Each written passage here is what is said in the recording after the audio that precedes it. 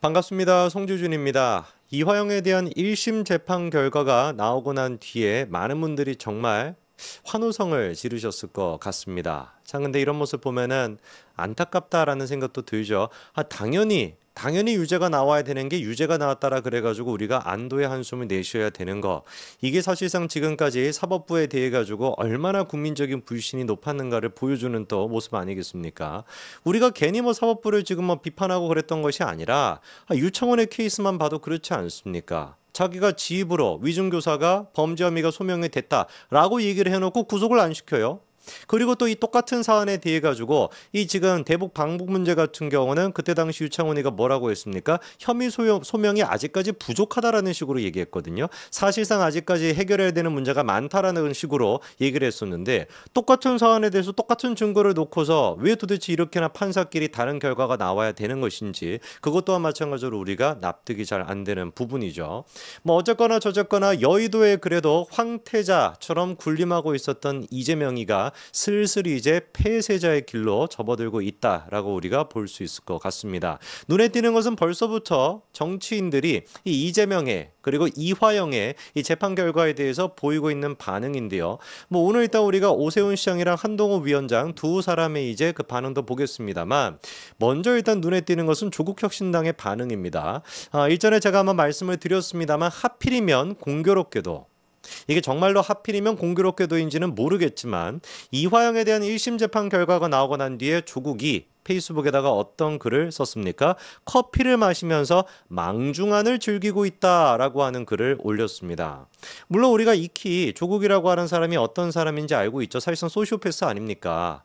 아니, 자기 와이프가 뭐 어떤 식으로 뭐 구속이 되냐 마냐 뭐 구속이 그때 아마 결정됐을 때였던 걸로 기억나는데 그때 같은 경우도 턱걸이를 몇 개 할 수 있는지 인증을 하는 사람이 조국 아니에요?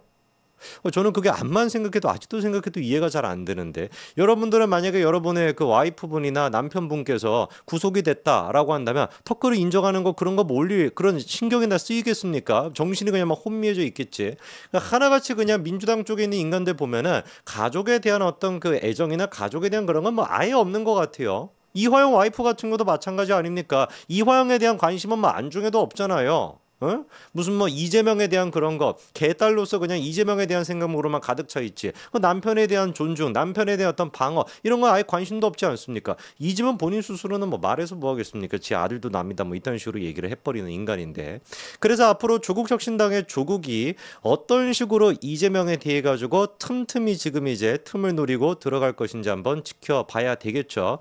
조국 본인 스스로도 얼마 안 남았습니다. 데드라인이. 올해 안으로 아마 간당간당 하잖아요. 내년까지 못 갈 것 같은데 올해 안으로 이제 간당간당 해가지고 구속될 수 있는 그런 상황이다 보니까 지가 판단하기에도 구속되기 전까지 뭔가 좀 획기적인 뭔가를 해놔야 뭔가 이렇게 족적을 남겨놔야 그래야지 자기 또 후계자들이 또 자기를 따라올 수가 있으니까 뭔가 예상치 못한 행동을 할 것 같고 이재명 또한 마찬가지로 그런 상태에서 조국에게 아예 협력을 안 할 수는 없고 또 광주를 중심으로 해가지고 조국혁신당에 대한 지지세가 있다 보니까 그런 것들을 생각해 봤을 때 아예 또 함부로 할 수는 없고 약간 좀 예민하지 않은 듯이 그렇게 좀 대처할 수 있어야 될 것 같은데 복잡한 문제죠. 그러니까 복잡한 문제는 우리가 풀 필요가 없으니까 신경 쓸 필요는 없습니다. 재명이의 숙제로 남겨두면 될 것 같고 물론 풀어야 되는 숙제가 재명이가 많아요. 이화영의 입이 과연 바뀌지 않을지 제가 봤을 때는 99.9% 바뀔 거거든요. 애당초 이화영 본인 스스로가 이재명한테 그렇게 충성심이 있는 사람도 아니잖아요. 그리고 이제 작년 6월 달에 입장을 바꾼 적이 있지 않습니까? 벌써 6월 달부터 시작해서 9월 초까지만 하더라도 계속해가지고 입장이 똑같았었어요. 이재명에게 보고를 했다. 이재명이 모를 리가 없다. 왜 갑자기 이런 표시가 나왔는지 모르겠지만 모를 리가 없다. 그런 식으로 다 얘기하지 않았습니까? 언제라도 이화영이가 다시 이재명한테 불리하게 돌아설 수 있고 당연히 돌아설 거라고 봅니다. 지금이라도 뭔가 형을 조금 조절을 하고 뭐 이렇게 좀 하는 모습을 보이기 위해서라도 뭐 모범수가 되겠다라는 의지가 있겠다라고 한다면 그런 식으로 저는 충분히 이재명에 대한 폭로를 할 거라고 또 봅니다. 자, 일단 국민의힘 내부적으로도 이화영의 재판 결과에 대해서 이재명이 빨리 입장을 내라. 꿀먹은 벙어리가 돼 있는 이재명한테 입장을 내라라고 하는 메시지가 계속해서 나오고 있습니다. 첫 번째로 일단 오세훈 시장도 목소리를 냈는데요. 내가 서울시장으로 일하고 있어가지고 잘 알지만 더더욱 잘 알 수 있겠죠, 그렇죠? 경기도지사, 서울시장, 뭐 정치적인 어떤 입지를 생각해 봤을 때는 서울시장이 더 높은 거라고 할 수 있지 않겠습니까? 그럼 경기도지사가 과연 자기가 만들어냈던 직책, 원래 없었던 거잖아요. 평화부지사라고 하는 직책이. 자기가 이재명이 만들어냈던 평화부지사라고 하는 직책의 이화영이 자기한테 보고도 하지 않고 뭐 800만 달러가 왔다 갔다 하는 그 어마어마한 그런 어떤 금액, 그리고 경기도의 어떤 직인까지 찍혀있는 그 문건을 자기한테 보고도 하지 않고 일방적으로 혼자 했다라고 하는 게 가능하냐? 오 시장은 뭐라고 합니까? 그거 불가능하다라는 거죠.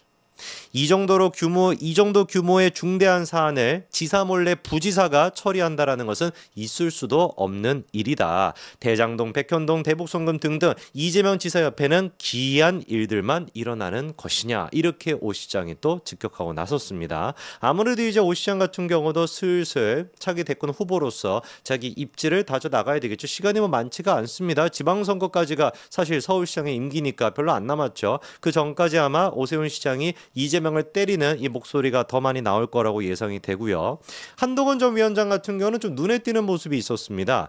원래 이화영에 대한 재판 결과가 나왔던 게 6월 7일 아닙니까? 6월 7일 날 오후 한 3시 조금 안 돼가지고 재판 결과가 나왔었는데, 이화영의 재판 결과가 나온 직후에 올린 글은 뭐에 대한 얘기였냐? 연평해전에 대한 얘기였습니다. 굉장히 좀 놀랍죠. 그때 당시 제가 이제 그 라이브를 하고 있었을 때 한동훈 위원장이 페이스북에 글을 올렸다라고 많은 분들이 막 글을 이제 댓글을 올려주셔가지고 부랴부랴 제가 이제 라이브를 하면서 확인해봤었는데, 당연히 이화영에 대한 재판 결과가 나오고 난 뒤에 글을 올리니까 이화영의 어떤 재판 문제, 그리고 또 이재명과 관련된 문제, 그런 것들을 언급할 줄 알았는데 그게 아니라 연평해전에 대한 얘기를 그때는 올렸습니다. 이것도 아마 조금 한동훈 위원장이 바로 또 즉각적으로 이렇게 정치적인 모습, 법리적인 모습을 보이는 것보다 또 현충일 아니었습니까? 6월 6일 날 그거에 맞춰가지고 이런 입장을 내신 것 같은데 굉장히 지혜로웠다고 저는 보고요. 그리고 이제 6월 8일이 되고 나서야 페이스북에다가 한동훈 위원장이 추가로 글을 올렸습니다. 뭐라고 글을 올렸냐? 이재명을 직접적으로 언급하지는 않아요. 자기 범죄로 재판을 받던 형사 피고인이 대통령이 된 경우 그 형사 재판이 중단되어야 되는 것일까? 어떤 학전들은 재판이 중단되지 않는다라고 하고 어떤 학전들은 중단된다라고 한다. 헌법 84조에 따르면 대통령은 내란 또는 외환의 죄를 범한 경우를 제외하고는 재직 중에 형사상의 소추를 받지 아니한다. 에서 소추에 재판이 포함되느냐는 해석의 또 문제다라는 식으로 글을 또 써놨습니다. 한동훈 위원장이 원래 이제 지난번에 이준석을 상대할 때도 마찬가지였죠. 이준석 뭐 됐습니까? 특정인 되지 않았습니까? 특정인. 그러니까 이준석의 이름을 언급하지 않고 이준석을 비판하는 그런 이제 화법이 있었는데, 이번 경우 같은 경우는 마찬가지로 뭐라는 거겠어요? 이재명에 대한 언급이 딱히 없죠. 그러면서 또 뭐라고 또 얘기를 했었냐? 지금까지는 이런 얘기가 현실 세계와 거리가 먼 학술적 논의였을 뿐이었지만 거대 야당에서 어떻게든 재판을 지연시켜 형사 피고인을 대통령 만들어 보려 하는 초현실적인 상황에서는 중요한 국가적 이슈가 될 것 같다. 이렇게 이제 얘기합니다. 그리고 마지막에는 글을 어떻게 끝냈냐? 어제 대북송금 형사재판에서 유죄 판결이 선고되었습니다. 약간 좀 문학적으로 그렇게 글을 써놨습니다. 지금 이제 야당에서 같은 경우는 어떻게 해서든지 간에 이재명에 대한 대법원까지의 판결을 늦춰가지고 형사 피고인, 그리고 얼마 안 가서 1심 유죄가 선고가 될 이재명을 대통령 만들어 보려고 애쓰고 있습니다. 정말 저는 다른 거를 다 떠나가지고 그냥 대한민국이 최소한의 상식, 그냥 상식, 물론 뭐 문재인 때 같은 경우는 어느 정도의 상식을 우리가 바랬지만 지금은 진짜 최소한의 상식이라도 지켜지기를 바랄 뿐입니다. 형사 피고인이 대통령이 되는 진짜 기가 막힌 일만큼은 대한민국에서 없었으면 좋겠고 당연히 없을 거라고 믿습니다. 여기까지 말씀드리겠습니다. 감사합니다.